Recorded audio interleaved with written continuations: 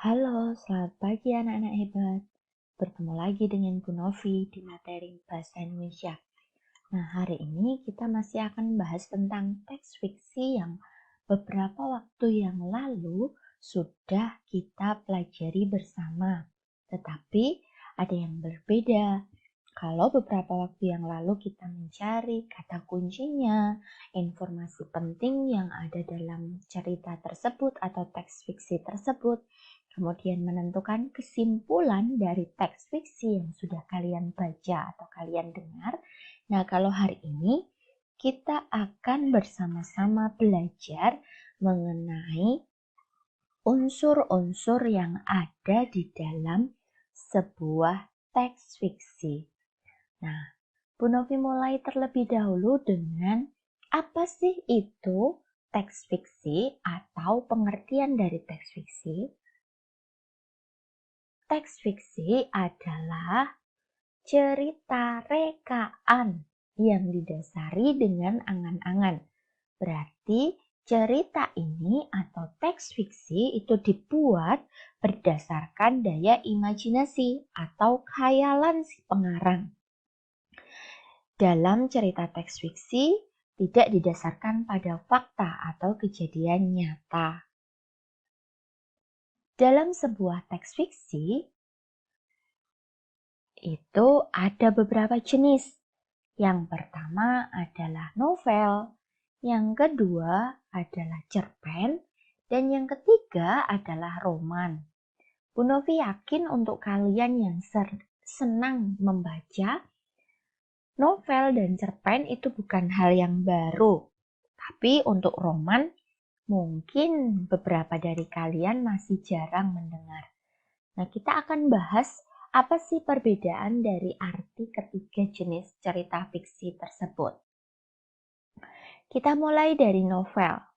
Novel merupakan karangan prosa yang panjang, mengandung rangkaian cerita kehidupan seseorang dengan orang di sekelilingnya. Nah, kalau dalam novel yang diceritakan, kehidupan yang diceritakan itu tidak hanya menyangkut satu orang tokoh saja, tapi termasuk orang-orang yang ada di sekelilingnya. Sedangkan cerpen itu merupakan karya sastra pendek yang bersifat fiktif, berarti hanya rekaan saja, dan mengisahkan permasalahan tokoh secara ringkas. Biasanya cerpen terfokus pada permasalahan yang dialami oleh 1-2 orang tokoh saja. Sedangkan roman merupakan karya sastra berbentuk prosa yang berisi pengalaman hidup dari para tokoh yang bermula dari dia lahir hingga dewasa, bahkan sampai meninggal dunia. Jadi kalau novel dan cerpen itu belum tentu tokohnya itu dari lahir sampai meninggal. Tapi kalau roman itu menceritakan dari dilahirkan hingga meninggal. Nah, unsur-unsur cerita fiksi itu ada 2. Unsur-unsur itu berarti bagian-bagian yang membangun cerita tersebut. Yang pertama adalah unsur intrinsik, yang kedua adalah unsur ekstrinsik. Apa saja yang termasuk unsur intrinsik dan ekstrinsik? Mari kita simak penjelasan berikut. Bu Novi mulai dari unsur intrinsik.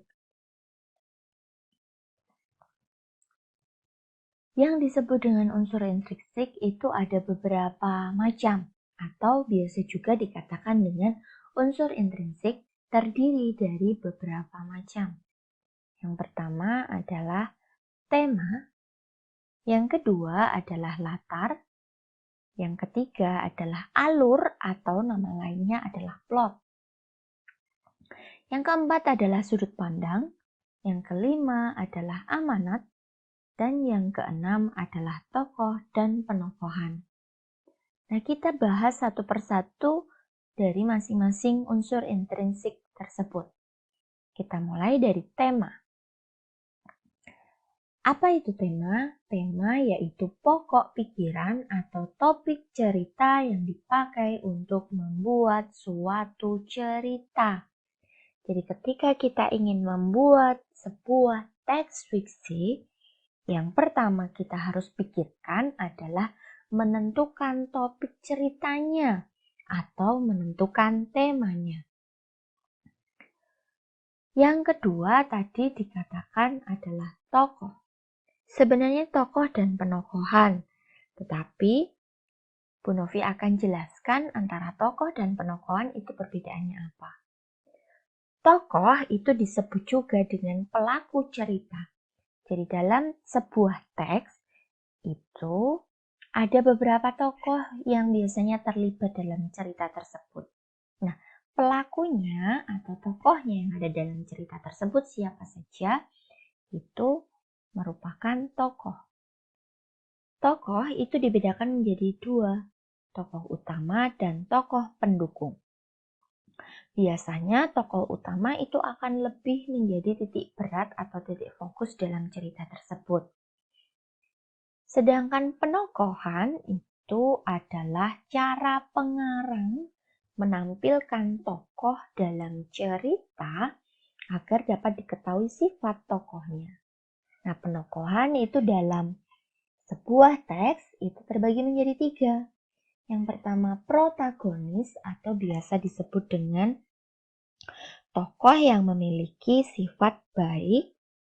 Sedangkan yang kedua adalah antagonis atau tokoh yang memiliki sifat jahat atau tidak baik. Dan yang ketiga adalah tritagonis, di mana tritagonis itu adalah tokoh yang menjadi perantara antara protagonis dan antagonis. Yang berikutnya adalah alur atau nama lainnya plot. Alur itu merupakan rangkaian peristiwa yang membentuk cerita. Alur itu dibedakan menjadi tiga. Yang pertama adalah alur maju, jika peristiwa yang dialami tokoh disusun menurut urutan waktu. Maka itu alurnya adalah alur maju.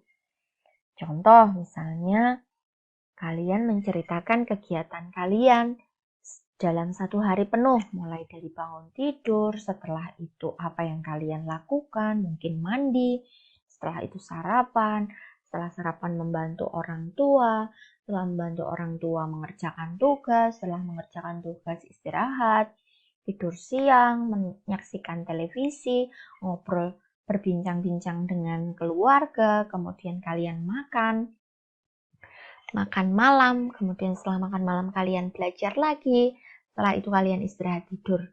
Nah, cerita yang diawali dari waktu pagi hingga kalian tidur di malam hari itu juga dinamakan cerita yang menggunakan urutan waktu, maka itu menggunakan alur maju.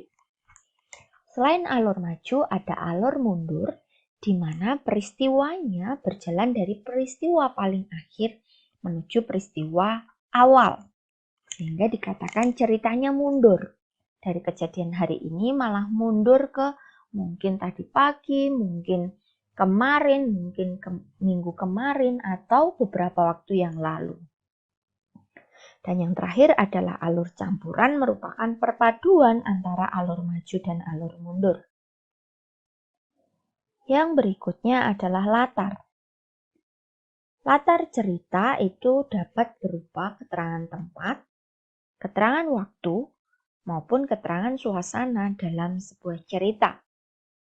Nah, ini bisa jadi latar tempatnya itu misalnya dalam cerita. Misalnya di rumah, di sekolah, di tepi jalan, atau di tempat yang lain. Waktunya bisa jadi pagi hari, menjelang siang, menjelang maghrib, dan seterusnya. Sedangkan suasana itu bisa jadi sedih, mengharukan, menjengkelkan, dan seterusnya. Dan yang berikutnya adalah sudut pandang. Sudut pandang artinya adalah cara pandang pengarang untuk menyajikan tokoh, tindakan, latar, dan berbagai peristiwa yang membentuk cerita. Nah, sudut pandang ini terbagi menjadi yang pertama, sudut pandang orang pertama, di mana orang pertama itu merupakan pelaku utama dalam cerita tersebut. Jadi, pengarang menggunakan subjek aku, saya, dan seterusnya. Yang berikutnya adalah sudut pandang orang ketiga, di mana si pengarang itu menceritakan orang lain. Contohnya misalnya kalian membuat cerita dengan menceritakan atau nama tokohnya Desi misalnya. Desi seorang anak yang rajin dan seterusnya. Itu berarti menggunakan orang ketiga yang serba tahu. Yang berikutnya adalah amanat. Amanat adalah pesan yang ingin disampaikan pengarang kepada pembaca, di mana amanat itu bisa tertulis secara langsung dalam teks tersebut maupun tidak dituliskan secara langsung tetapi dapat kita simpulkan dari cerita yang ada dalam teks tersebut. Contoh amanat misalnya kita diajak untuk tetap bersabar dan berjuang meskipun keadaan yang kita alami serba sulit. Nah, yang kedua adalah unsur ekstrinsik. Kali ini Bu Novi hanya akan menayangkan unsur ekstrinsik itu apa saja. Tetapi Bu Novi tidak akan membahas lebih dalam karena titik berat Bu Novi pada kesempatan kali ini pada unsur intrinsik yang banyak dibahas di sekolah dasar. Yang pertama adalah latar belakang pengarang. Latar belakang pengarang merupakan faktor-faktor yang mempengaruhi pengarang dalam menulis cerita. Misalnya riwayat hidup, psikologi pengarang, pandangan hidup yang dimiliki pengarang, dan seterusnya. Yang kedua, latar belakang masyarakat. Latar belakang masyarakat itu meliputi kondisi masyarakat, baik secara ekonomi, sosial, budaya maupun politik saat cerita tersebut dibuat. Dan yang ketiga adalah nilai-nilai yang terkandung dalam cerita. Nilai yang terkandung dalam cerita dapat berupa nilai agama, nilai sosial, nilai moral, dan nilai budaya. Itu tadi unsur ekstrinsik. Nah, kita akan coba melihat salah satu contoh teks singkat saja, karena kalau Bu Novi menampilkan novel atau cerpen yang paling pendek, itu tempatnya tidak memungkinkan. Jadi Bu Novi tayangkan penggalan dari cerpen. Gisela hanya berteman dengan burung-burung yang terbang dan bertengger di atas rumahnya.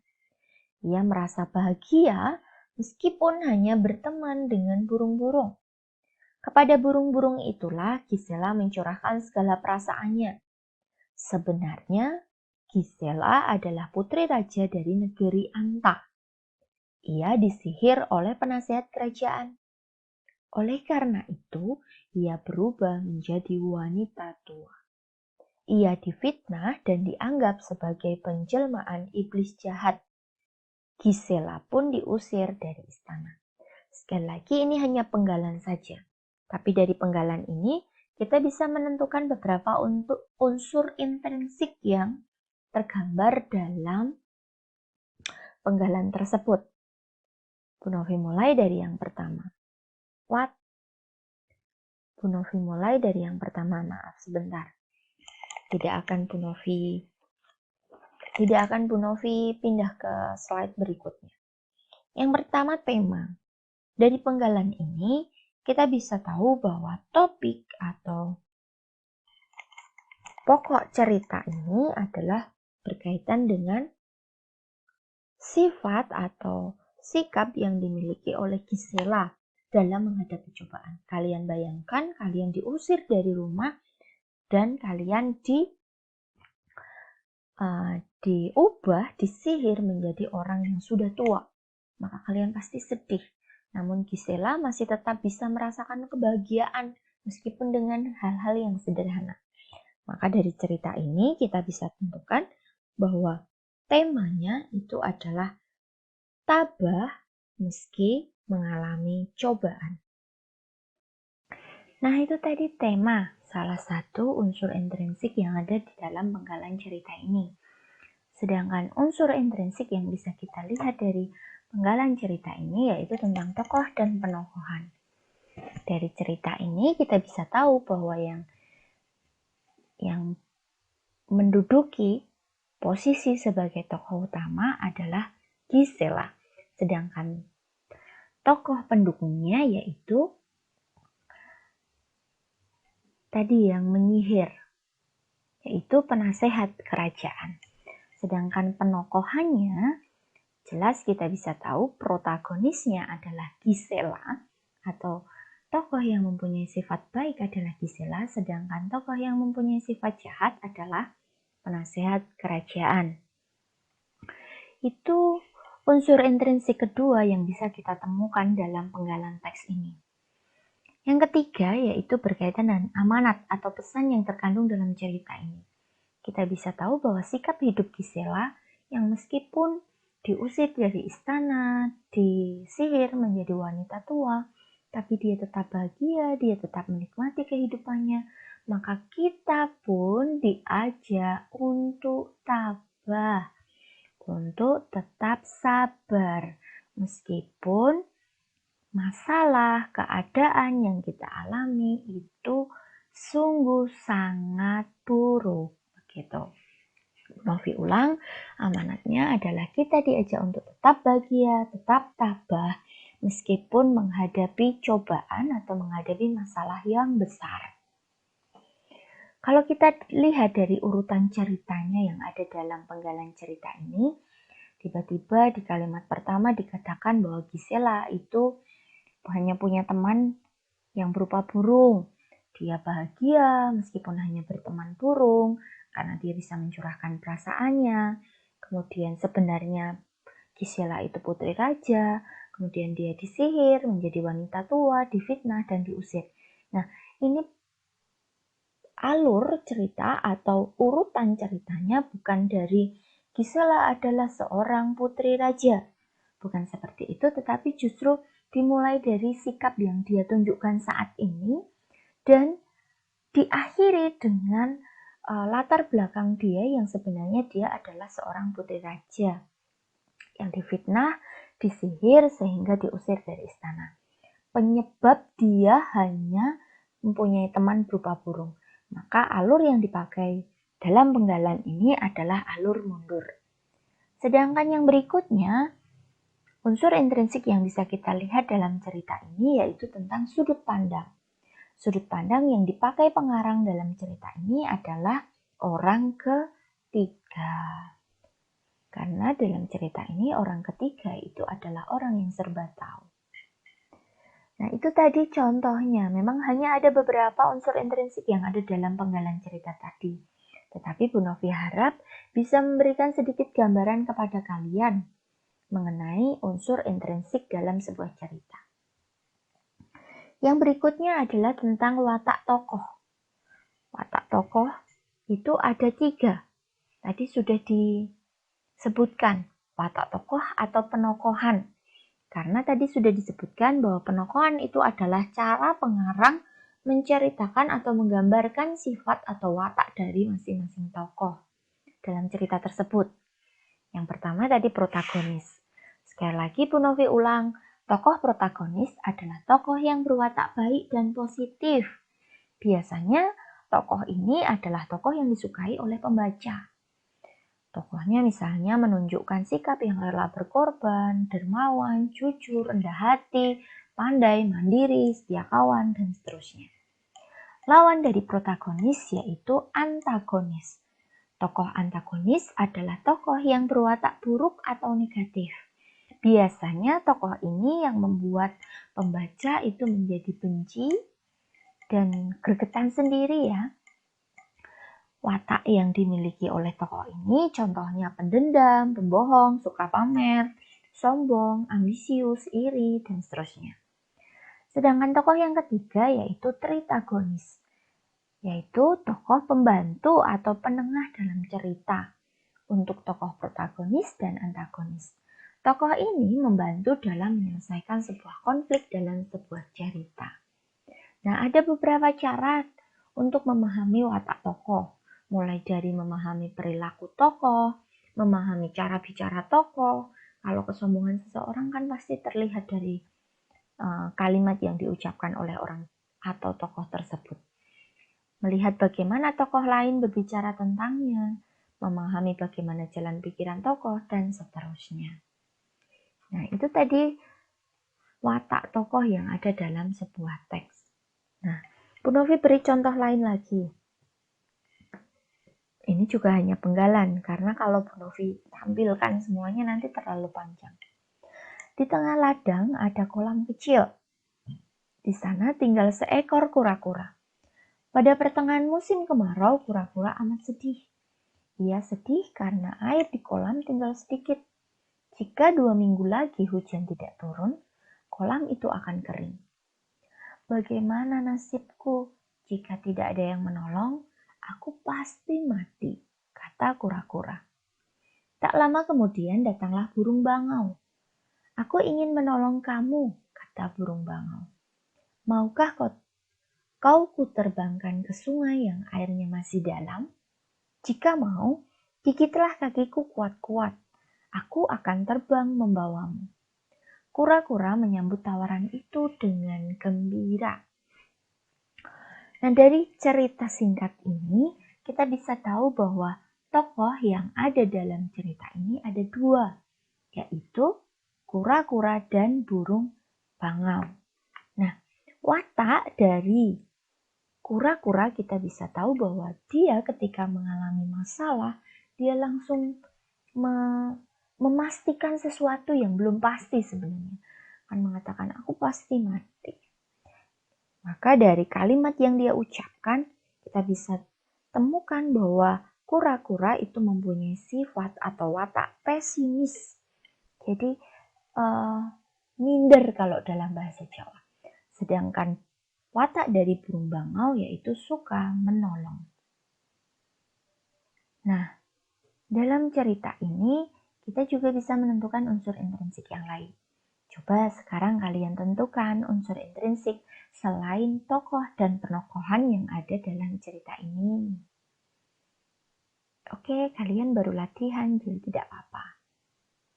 Nah, tugas kalian adalah bacalah teks berjudul Proyek Rino yang Bu Novi kirimkan dalam bentuk gambar di WhatsApp group.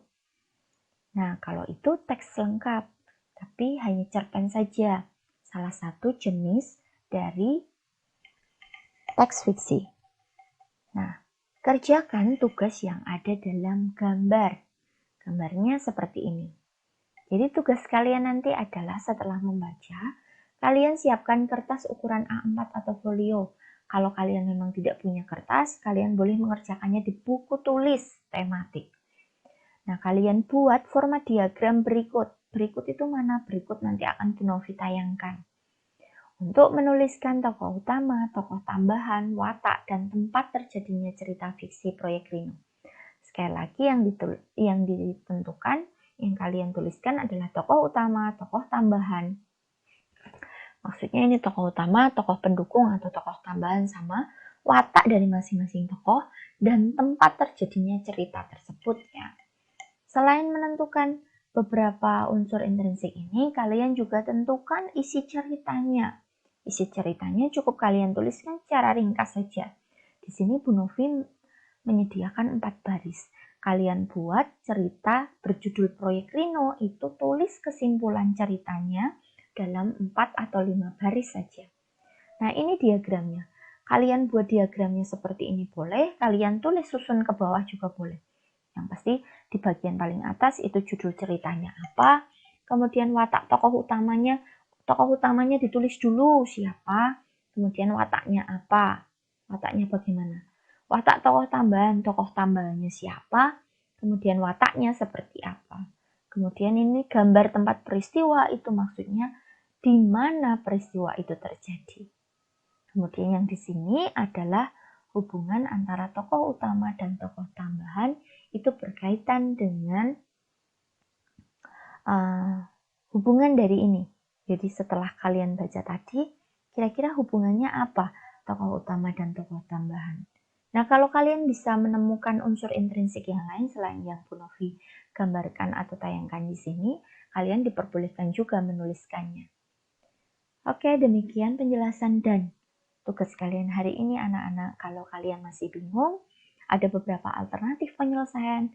Yang pertama, kalian bisa tanya ke Bu Novi, atau kalian bisa tanya ke orang tua kalian jika memang bisa membantu. Kalau bukan orang tua, bisa saudara, bisa kakak, atau om, bule, dan lain sebagainya yang bisa membantu kalian. Atau alternatif berikutnya adalah kalian mencari informasi tambahan di internet atau YouTube dengan channel yang lain.